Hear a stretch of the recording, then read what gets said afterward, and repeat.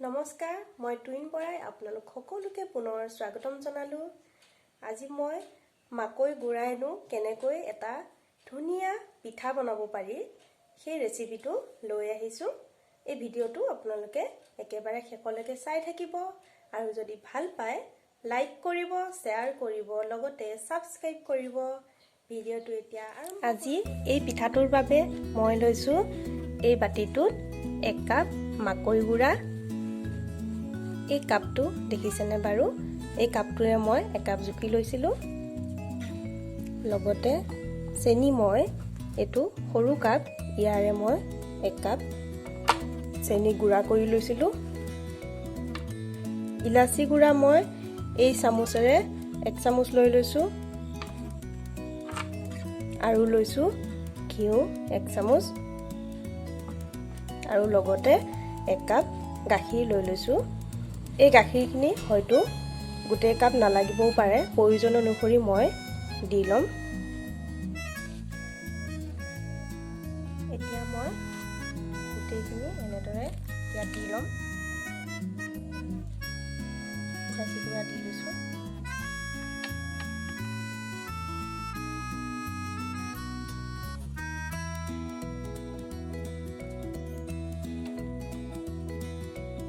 এইখিনি এতিয়া ভালদৰে মিহলাই ল'ম।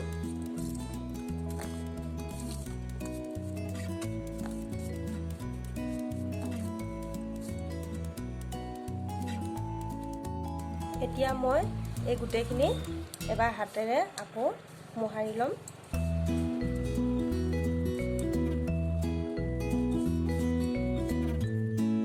অলপ অলপকৈ মই ইয়াত দি যাম।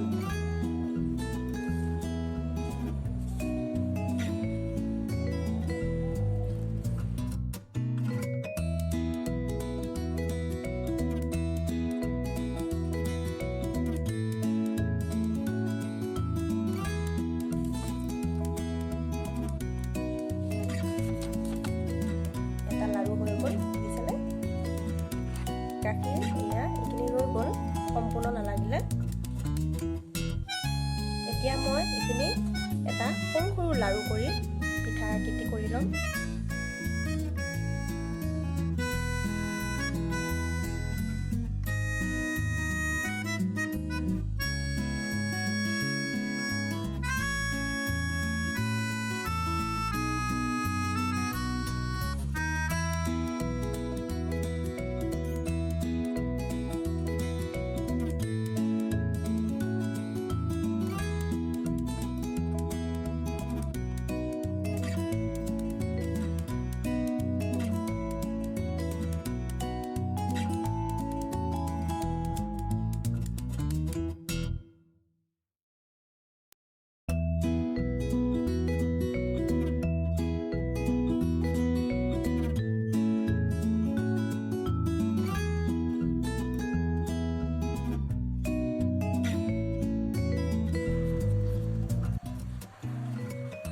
বেছি জোৰকৈ হেঁচি দিব নালাগে, এনেদৰে বেছিকৈ হেঁচি দিলে ফাট মেলি যাব কাষটো। আৰু এতিয়া মই এটা ডিজাইন কৰি দিছোঁ। এখন ছুৰীৰ সহায়ত মই এনেকৈ এটা খাজ কৰি দিছোঁ।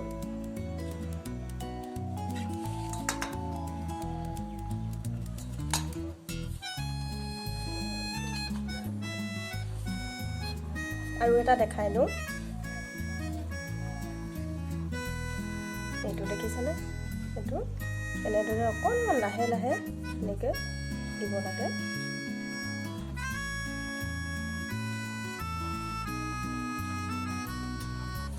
এতিয়া চুৰিৰে এনেদৰে অকণ অকণকৈ অকিয়াই দিলেই হ'ব।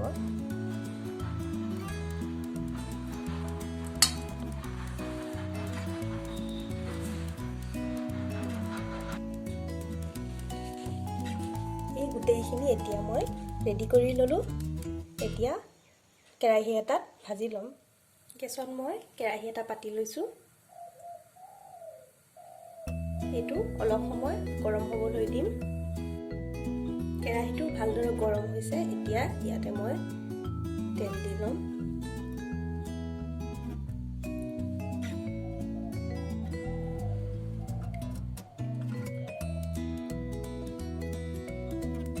এই কাপটোৰে মই 1.5 কাপ দিছোঁ তেল।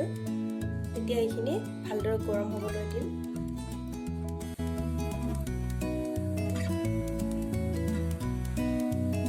তেলখিনি ভালদৰে গৰম হৈছে। এতিয়া এয়া থৈ দিয়া পিঠাকেইটা ইয়াত দি দিম।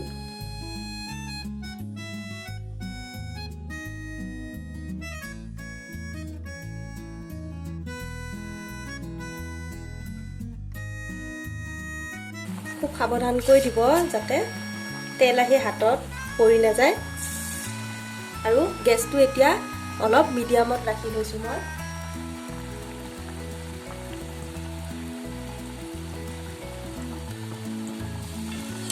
এইকেইটা এতিয়া লুটিয়াই দিম।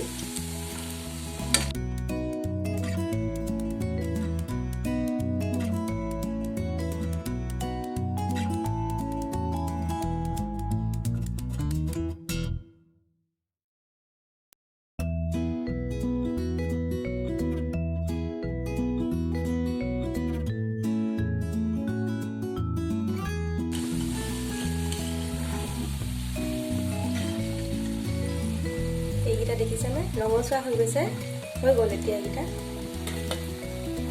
ভালদৰে সিজিছে, ফুলি গৈছে দেখিছেনে।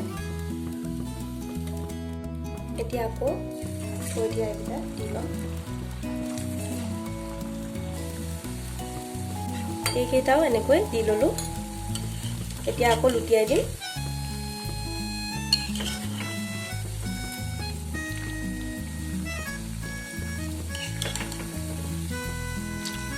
পিঠা ভাজিবলৈ সাধাৰণতে তেল অলপ সৰহকৈ লাগে, সেইবাবে মই এনেকৈ তেল সৰহ দি লৈছোঁ।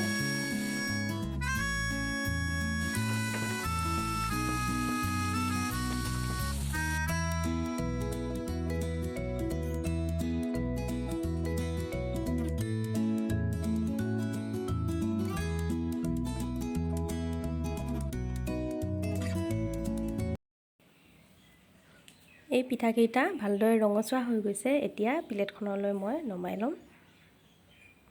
আপোনালোকেও এই পিঠা ঘৰত বনাই খাবচোন, গৰম চাহৰ সৈতে বৰ ভাল লাগে। আজিলৈ ধন্যবাদ।